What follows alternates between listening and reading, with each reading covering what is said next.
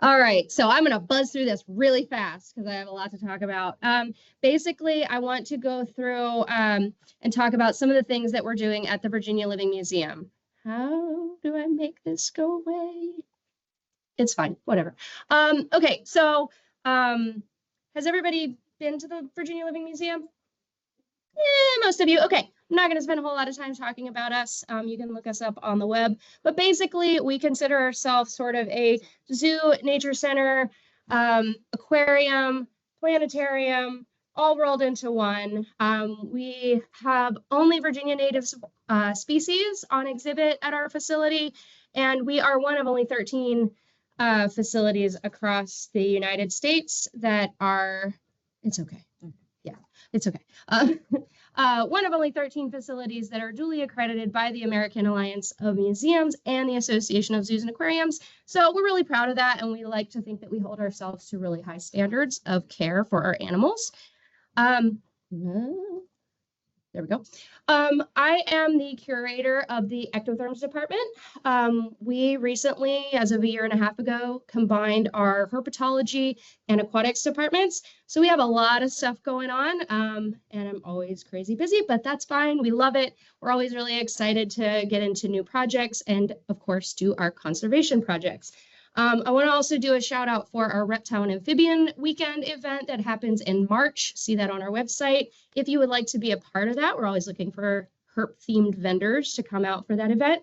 And then we also do a Night of the Living Museum Halloween event, but our department specifically does a spooky but spectacular section, which we this year turned into Bugtacular, which was a daytime event as well. So we're trying to expand and get kind of more spotlight on the ectotherms for sure.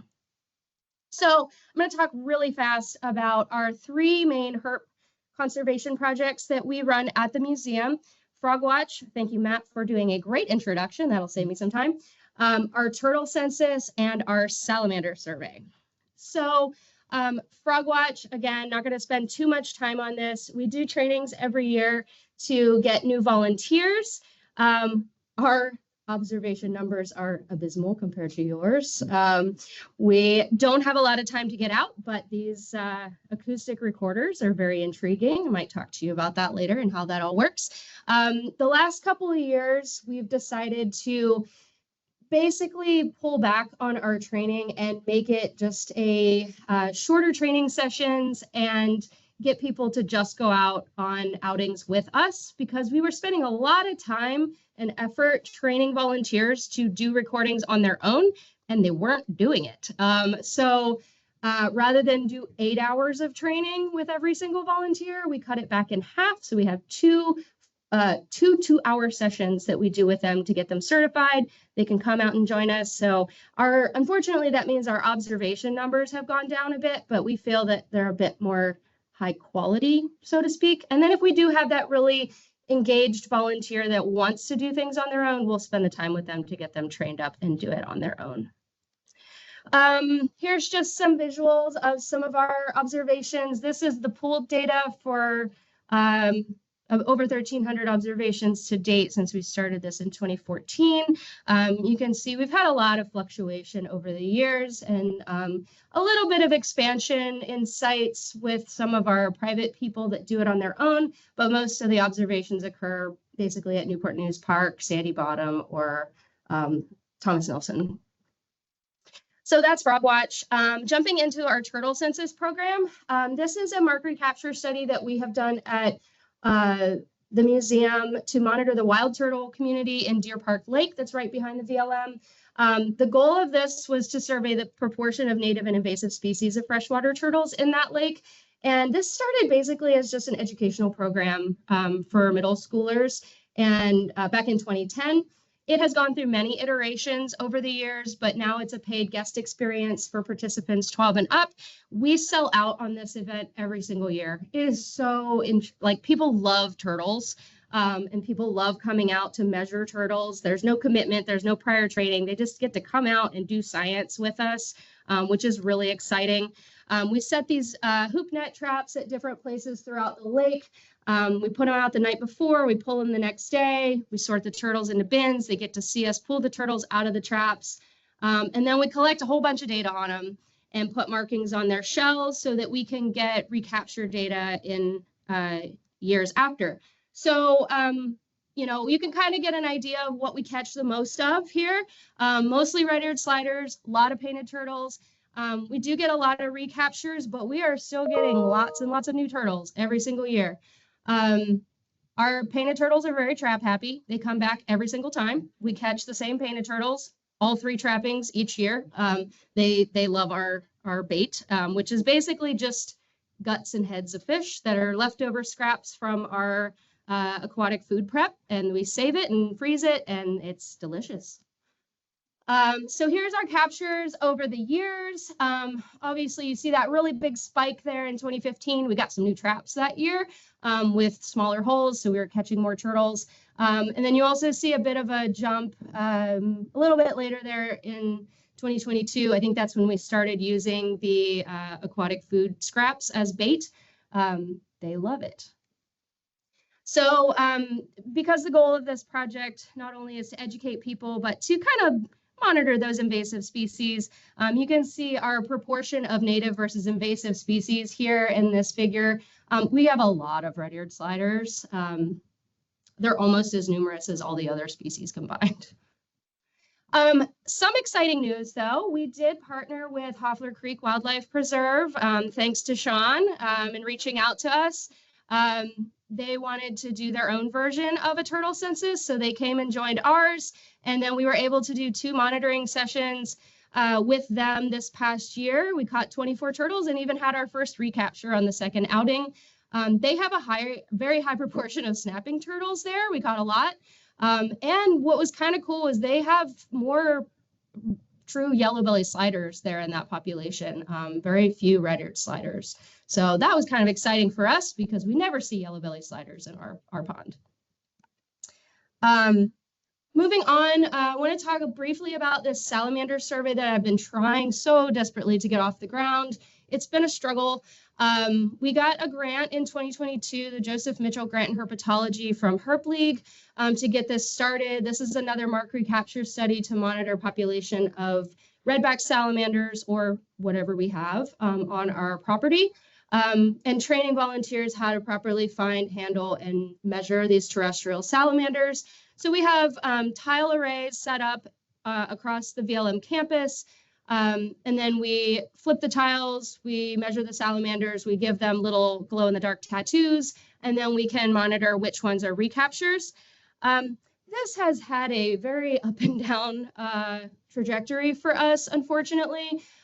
We started off really strong in that early 2022-23 season, and then we had a new building that got plopped right on my most productive site, unfortunately. So that number 2, which is very hard to read up there, was our really good site. I think we had like 50 animals marked at that site, or 30 maybe. But they, unfortunately, I can't monitor there right now. I'm hoping to get back over in that section in the future, but the yellow sites right now, 1, 3, and 6, are our currently active sites for this season. We just had our first monitoring outing the other day or last week, and we actually caught another 4-toed salamander. So we've caught only redbacks and only 4-toads so far. Not totally what I was expecting. And then we also see a high proportion of unstriped redbacks at our location, which I wasn't totally expecting either. So all that to say, we have some benefits and some challenges for being a relatively small organization. We've got these really well-established programs, but we're really limited in resources, particularly the time. A lot of these programs aren't super money intensive, but they're very time intensive. And so I'm always looking for dedicated volunteers to come and help me. So if you want to be a part of this, please reach out to me. We have good community interest. We definitely want more. One of the things we've noticed is that our participant demographics are people who are already affiliated with the VLM in some way, so like master naturalists, our in-house volunteers, and a lot of people who like science and like herps. They want to come and do these things, which is fine. I'm not saying you can't, but we'd like to reach a different audience and get other people involved in those things. The cost, we've gone kind of back and forth with like what to charge for these types of things. So if you've done anything at your facilities that you've charged for, let me know what you are charging people, because we've gone one way and it's too high, and then we've gone another way and it's not enough, and you don't get the buy-in. So we've kind of flip-flopped a lot with that. And then we're basically just trying to expand our reach. We want to do more. We want to do more trainings, more outings, but we're really limited on time. So we're trying to look for maybe some really dedicated volunteers, interns, potentially some more turtle census localities. But again, we don't really have the time. So we need some people that are really dedicated to help with those things. Last thing, my shameless plug here, we've got our dates up on the website already, which is yay for us because we're normally not this ahead of the game. So you get a little sneak peek into getting our dates. If you would like to sign up for these, Frogwatch is free for trainings. You can sign up, but you do have to sign up for both parts of those training sessions. And then Turtle Census is a paid opportunity. They do sell out. So if you want to participate, I would recommend doing that early. And then I don't have a QR code for it, but our department, the ectotherms department, has 3 open positions right now. So if anybody knows anyone with herp and or aquatic experience, those are on our website as well. So that is all for me. And I stayed under time. Oh, super fast. I think we have time for probably one question. Yeah, if anybody has one. And if you don't, I'm gonna ask one, but I want one of you guys to ask. No? Okay. My question. Wait, she has a question. Oh, yeah. We have not. I don't know what the position is on that from a DWR standpoint. I think they're just really well established there. So I don't know that we would be interested in necessarily doing that. On like that, and sheer numbers of them, and you're constantly in an urban area like that, you're just going to have immigration of people releasing more animals. So the damage is done, and it's kind of confined to a urban pod, so it's not like it's impacting any wild populations. And I suspect that we have a lot of movement because, like I said, that pond is not very big. It's not very deep.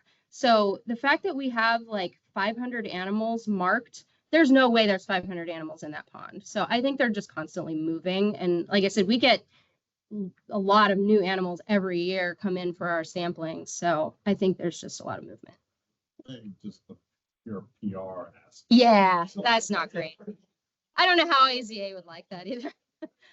You are breaking my rules here, but go ahead, Ty.